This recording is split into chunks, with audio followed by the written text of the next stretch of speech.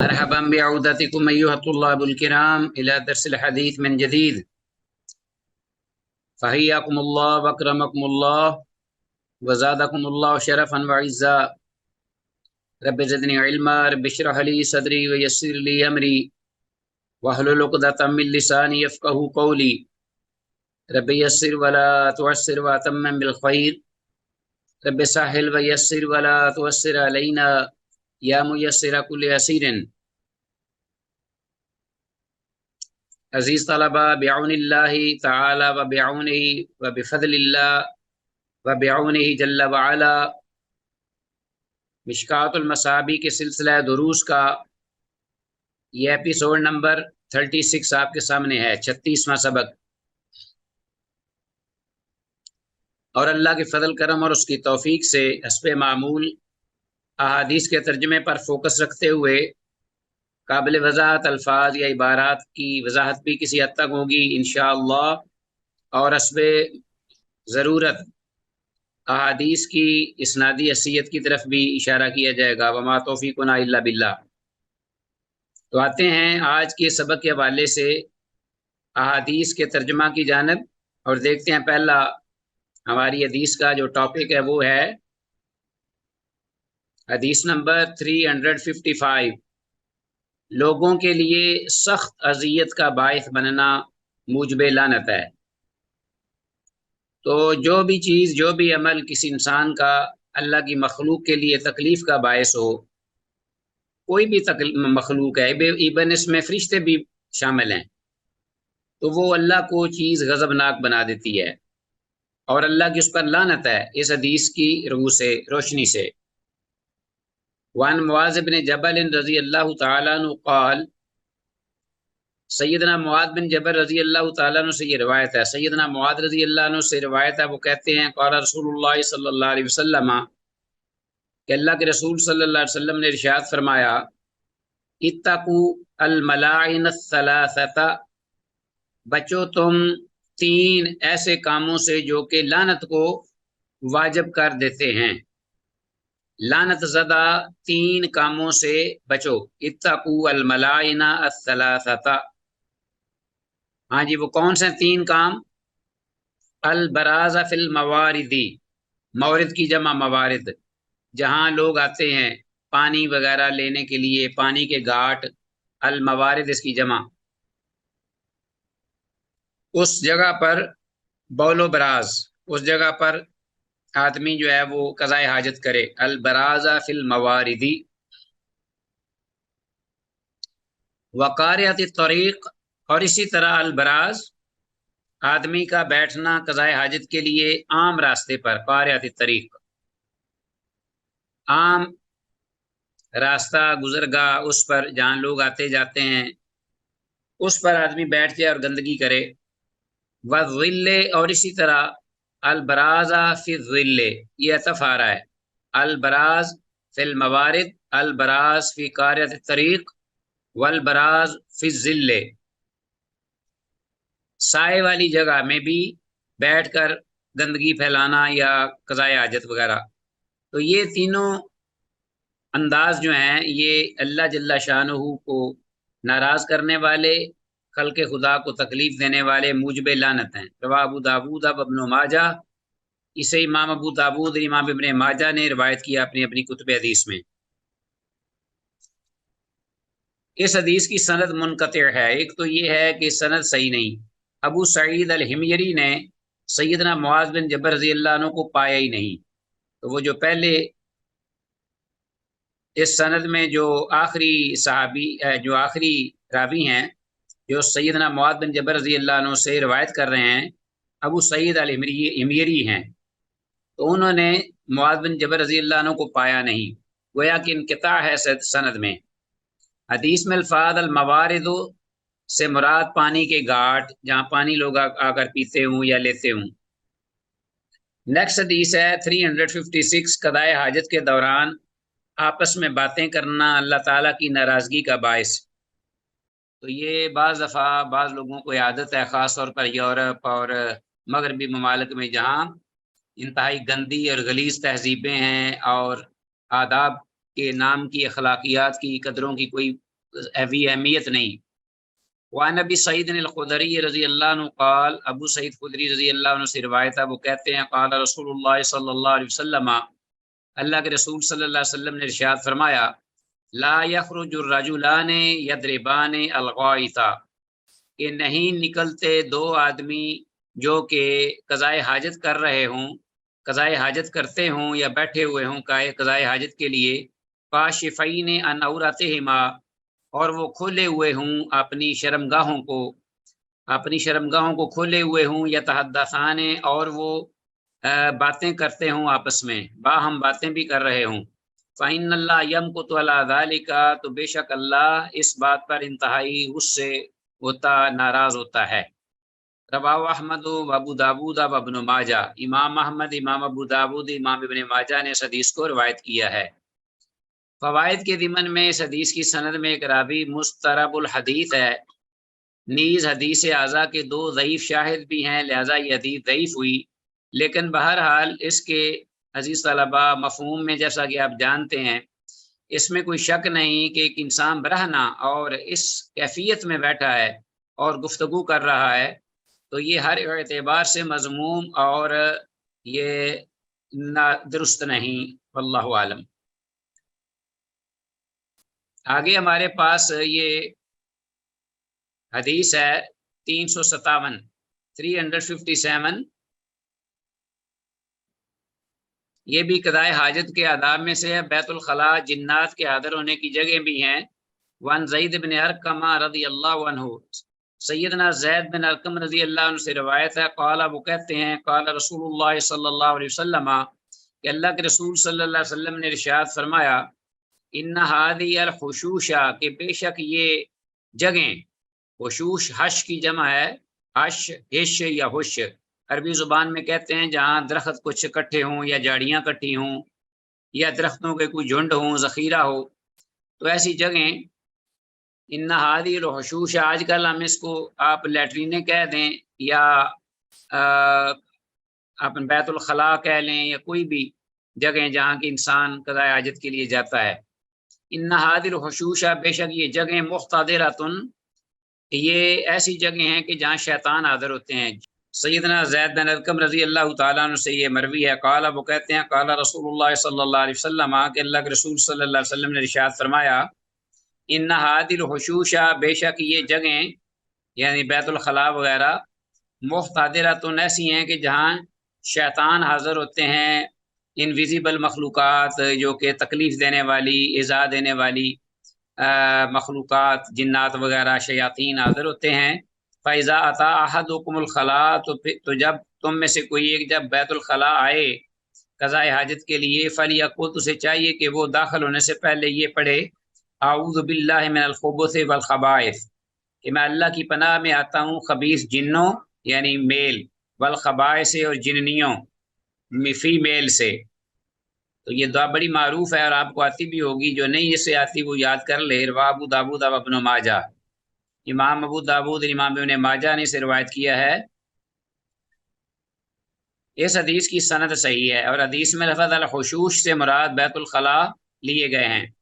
عربی میں لفظ حش، حش اور حش کا معنی باغ یا کھجوروں کا جھنڈ ہے، اور اس کی جمع حشوش آتی ہے۔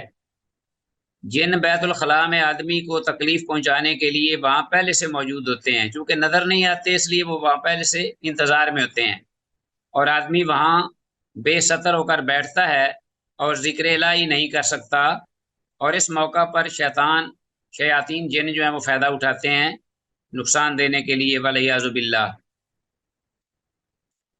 نیکسٹ حدیث ہے، بسم اللہ کہنا جنوں کی آنکھوں اور بنی آدم کی شرمگاہوں کے درمیان پردہ ہے۔ یہ حدیث تو غالباً صحیح نہیں ہے، لیکن بہرحال اس مفہوم کی، اس معنی کی قریب روایات اور بھی موجود ہیں۔ تو بہرحال وان علی رضی اللہ تعالیٰ عنہ سے یہ روایت ہے، قال، وہ کہتے ہیں، قال رسول اللہ صلی اللہ علیہ وسلم، کہ اللہ کے رسول صلی اللہ علیہ وسلم نے ارشاد فرمایا، سترو ما بین اعین الجن، پردہ جنوں کی آنکھوں کے درمیان، و عورات بنی آدم، اور آدم کی اولاد کی شرمگاہوں کے درمیان، جنوں کی آنکھوں کے درمیان اور اولاد آدم کی شرمگاہوں کے درمیان جو پردہ ہے وہ کیا ہے؟ اذا دخل احدهم الخلاء، جب ان میں سے کوئی ایک بیت الخلاء میں آئے تو ان یقول بسم اللہ، تو وہ یہ بسم اللہ پڑھے۔ رواه ترمذی، امام ترمذی نے روایت کی ہے، وقال ھذا حدیث غریب، اور یہ حکم بھی لگایا ہے کہ یہ حدیث غریب ہے، واسناد لیس بقوی، اور اس کی اسناد جو ہے وہ مضبوط نہیں، لہذا یہ حدیث جو ہے ضعیف ہے۔ سند میں راوی ابو اسحاق مدلس اور عنان ہے، ضعف کی وجہ ابو اسحاق کا جو کہ مدلس اور عنان ہے، واللہ عالم۔ اور اس کی سند میں محمد بن حمید رازی جو کہ امام ترمذی رحمہ اللہ کا استاد ہے، اس کے بارے میں امام بخاری رحمہ اللہ نے کہا ہے فی نظر، اور بعد نے اس کو کذاب بھی کہا ہے، تو اس اعتبار سے یہ علتیں اس حدیث میں موجود ہیں۔ نیکسٹ حدیث ہے 359، بیت الخلاء سے نکلتے وقت کیا کیا جانے والا ذکر۔ صحیح حدیث ہے، وعن عائشہ رضی اللہ عنہ قالت، سید عائشہ رضی اللہ عنہ سے روایت ہے، وہ کہتی ہیں قال النبی صلی اللہ علیہ وسلم اذا خرج، اللہ کے نبی صلی اللہ علیہ وسلم جب نکلتے تھے، یہ معمول تھا، من الخلاء بیت الخلاء سے فارغ ہونے کے بعد، قال تو آپ فرماتے غفرانک، کہ اللہ ہم تیری بخشش چاہتے ہیں، معافی چاہتے ہیں۔ رواه ترمذی و ابن ماجہ والدارمی، امام ترمذی نے اسے، ابن ماجہ نے اور امام دارمی نے سے روایت کی ہے رحمہ اللہ۔ یہ روایت سند کے اعتبار سے صحیح ہے۔ اس موقع پر استغفار کی اہل علم نے دو وجوہات ذکر کی ہیں۔ نمبر ایک، کچھ وقت کے لیے ذکر الہی چھوٹ جاتا ہے، جس کی وجہ سے انسان فوراً ہی فارغ ہوتے ہی اللہ کا ذکر یعنی استغفر اللہ کہتا ہے، اور اللہ تعالیٰ کی نعمت کے اظہار تشکر کے طور پر کہ اس نے اپنے فضل سے اس اذیت سے نجات دی، اور یہ کہ کامیاب اس جگہ سے ہو کر اٹھنا انسان کا پیشاب وغیرہ سے، تو یہ ایک بہت بڑا اللہ کا انعام ہے کہ اس اذیت سے اللہ تعالیٰ نجات دیتا ہے۔ ایسے بھی اللہ کی معافی مانگنی چاہیے، استغفار کرنا چاہیے۔ حدیث 360، استنجا اور وضو کے لیے علیحدہ علیحدہ پانی کے برتن رکھنا مستحب عمل ہے۔ وعن ابی ہریرہ، ابو ہریرہ رضی اللہ عنہ سے روایت ہے، قال، وہ کہتے ہیں قال النبی صلی اللہ علیہ وسلم اذا اتى الخلاء، کہ اللہ کے نبی صلی اللہ علیہ وسلم جب بیت الخلاء آتے، اتیت بماء، تو میں آپ کے پاس پانی لاتا، فی طور، ایک مٹی کے برتن میں، اور رکوۃ، یا چمڑے کی چھاگل میں، مٹی کا برتن ہوتا ہے یا چمڑے کی چھاگل، مشکیزہ وغیرہ ہوتا، بہرحال پانی لاتا میں آپ کے لیے۔ فاستنجا، تو آپ استنجا فرماتے، ثم مسح یدہ علی الارض، پھر آپ وہ ہاتھ اپنا زمین پر رگڑتے، پھیرتے زمین پر۔ ثم اتیتہ باناء آخر، پھر میں آپ کے پاس ایک اور برتن لاتا پانی کا، فتوضا، تو آپ وضو فرماتے۔ تو مٹی پر ہاتھ کو مارنا یہ بھی بڑا اچھا ہے پاکیزگی کے اعتبار سے۔ رواہ ابو داود والدارمی والنسائی معنا، امام ابو داود نے اس کو روایت کیا ہے، اور امام دارمی اور امام نسائی نے بھی اسی مفہوم کی ملتی جلتی حدیث روایت کی ہے اپنی کتاب میں یا اپنی کتابوں میں۔ یہ حدیث سند کے اعتبار سے حسن ہے۔ حدیث میں یہ الفاظ فی طورن اور رقوہ، مٹی کے برتن میں یا چمڑے کی چھاگل میں، کے بارے میں راوی کو شک ہوا ہے کہ کون سا لفظ سیدنا ابو ہریرہ رضی اللہ عنہ نے کہا ہے، طور ہو یا رقوہ ہو، مفہوم ایک ہی ہے، لیکن الفاظ میں چونکہ شک پڑ گیا راوی کو، تو انہوں نے دونوں لفظ استعمال کیے ہیں کہ پتہ نہیں کہ سیدنا ابو ہریرہ رضی اللہ عنہ نے ان دونوں الفاظ میں سے کون سا لفظ استعمال کیا تھا، یاد نہیں رہا۔ ہاتھ زمین پر ملنے سے صفائی اور طہارت میں مبالغہ کی جانب رہنمائی ہے، جہاں زمین کے اجزاء اکثیر کا کام کرتے ہیں۔ تو آپ کو علم ہے کہ جیسا مٹی کے ڈھیلے خود جو ہیں وہ اپنا صفائی اور استنجا کے لیے کافی ہوتے ہیں، پانی کے قائم مقام ہے، پہلی حدیثوں میں ہم نے پڑھا ہے۔ وہم کے ازالہ کی خاطر وضو کرتے وقت اپنی شرمگاہ کی جگہ پر پانی کا چھینٹا دینا، تو بعض لوگوں کو وہم ہوتا ہے، وہ بڑی ان کی طبیعت جو ہے نا وسواس والی ہوتی ہے، تو وہ اپنا انہیں چاہیے کہ وہ یعنی صفائی کا فوبیا ہو جاتا ہے ان کو، تو اس کو ازالے کے لیے کیا کریں۔ وان الحکم بن سفیان، حکم بن سفیان رضی اللہ عنہ سے یہ روایت ہے، قال، وہ کہتے ہیں قال النبی صلی اللہ علیہ وسلم، کہ اللہ کے نبی صلی اللہ علیہ وسلم اذا بالا، جب آپ وہ پیشاب کرتے توضع تو وضو فرماتے، ونازع فرجہ تو آپ اپنی شرمگاہ کی جگہ پر کپڑے کے اوپر ہی پانی کا چھینٹا مارتے۔ رواہ ابو داود و النسائی، امام ابو داود اور امام النسائی نے اس کو روایت کیا ہے۔ اس حدیث کی سند بعض محققین کے نزدیک حسن درجہ کی ہے اور بعض کے ہاں ضعیف، اختلاف ہوا ہے۔ تو سند میں معمولی اختلاف ہوا ہے جو کہ مضر نہیں۔ اسی طرح حدیث اعضاء کے شواہد بھی ہیں، لہذا یہ حدیث صحت کے زیادہ قریب ہے، واللہ عالم۔ ضرورت کے وقت رات کو اپنے پاس پیشاب کے لیے برتن رکھنے کا جواز، اگر کوئی بیمار آدمی ہے یا بوڑھا ہے یا ٹانگیں وغیرہ درد کرتی ہیں، بار بار نہیں اٹھ سکتا، تو برتن جو ہے وہ پانی اپنا پیشاب کے لیے اپنے پاس رکھ سکتا ہے رات کو پیشاب کرنے کے لیے۔ وان امیمہ بنت رقیقہ تھا، امیمہ بنت رقیقہ رضی اللہ عنہا سے روایت ہے، قال وہ کہتی ہیں قال للنبی صلی اللہ علیہ وسلم قدح کہ اللہ کے نبی صلی اللہ علیہ وسلم کا ایک پیالہ تھا، من ایدان لکڑیوں سے بنا ہوا، تحت سریر ہی آپ کی چارپائی کے نیچے، یبول فیہ باللیل تو آپ اس رات کو اس میں پیشاب کیا کرتے تھے۔ رواہ ابو داود و النسائی، امام ابو داود اور امام النسائی نے روایت کی ہے، اس وقت جب کہ آپ کو ضرورت محسوس ہوتی، آپ تنگی حرج محسوس کرتے۔ اس حدیث کی سند حسن ہے، یعنی صحیح ہے۔ تو آپ صلی اللہ علیہ وسلم کو سخت سردی کی وجہ سے رات کو اٹھنے میں تکلیف ہوتی تھی،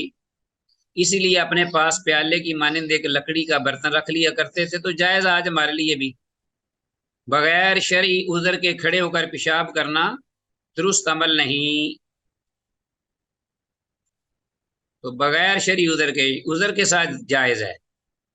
شرعی عذر ہو تو پھر جائز ہے۔ وان عمر بن خطاب رضی اللہ عنہ سے روایت ہے، قال وہ کہتے ہیں رعانی النبی صلی اللہ علیہ وسلم،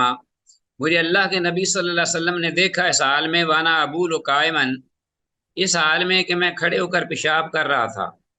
فقالا تو آپ نے فرمایا، یا عمر و عمر لا تبل قائما، کہ کھڑے ہو کر مت پیشاب کرو، فما بلت قائما بعد، تو اس کے بعد میں نے کبھی بھی کھڑے ہو کر پیشاب نہیں کیا۔ رواہ ترمذی و ابن ماجہ، امام ترمذی نے روایت کیا ہے اور امام ابن ماجہ نے بھی اسے روایت کیا ہے۔ قال شیخ الامام وحی السنہ رحمہ اللہ، کہ شیخ امام وحی السنہ رحمہ اللہ کہتے ہیں اس حدیث کے بارے میں، قد صح، کہ یہ صحیح ہے، یہ عمل بھی صحیح ہے۔ حدیث اعضاء کی سند ضعیف ہے، لیکن عمل اسی پر ہی ہے کہ شرعی عذر اگر ہو تو آدمی کھڑے ہو کر پیشاب کر سکتا ہے،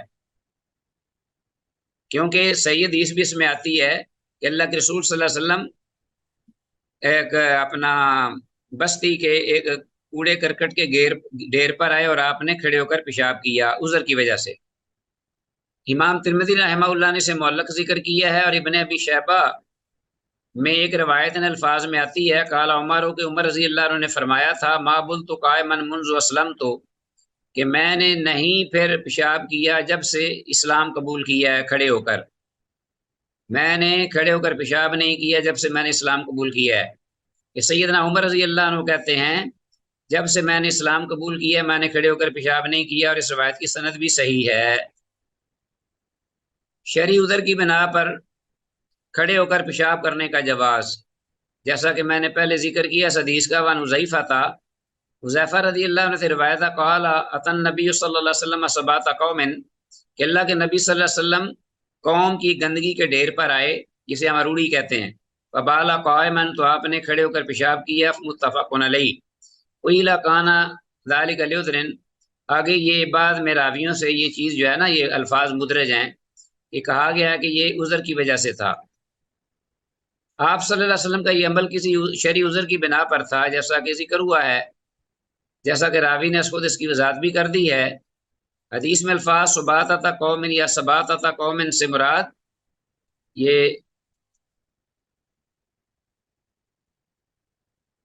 مراد وہ کوڑے کرکٹ کی جگہ ہے جہاں کسی بستی کے لوگ اپنے گھاس پھوس اور گھر کی خراب چیزیں پھینکتے ہیں، جسے پنجابی زبان میں روڑی بھی کہا جاتا ہے۔ عام حالات میں نبی مکرم صلی اللہ علیہ وسلم ہمیشہ بیٹھ کر ہی پیشاب کیا کرتے تھے۔ ان عائشہ رضی اللہ تعالیٰ عنہ، اصل یہی ہے کہ بیٹھ کر ہی پیشاب قضاء حاجت کے لیے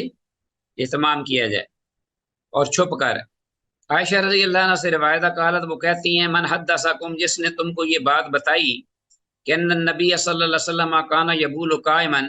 کہ اللہ کے نبی صلی اللہ علیہ وسلم کھڑے ہو کر پیشاب کیا کرتے تھے، فلا تصدقوہ، تو اس کی مت تم تصدیق کرو، فلا تصدقوہ،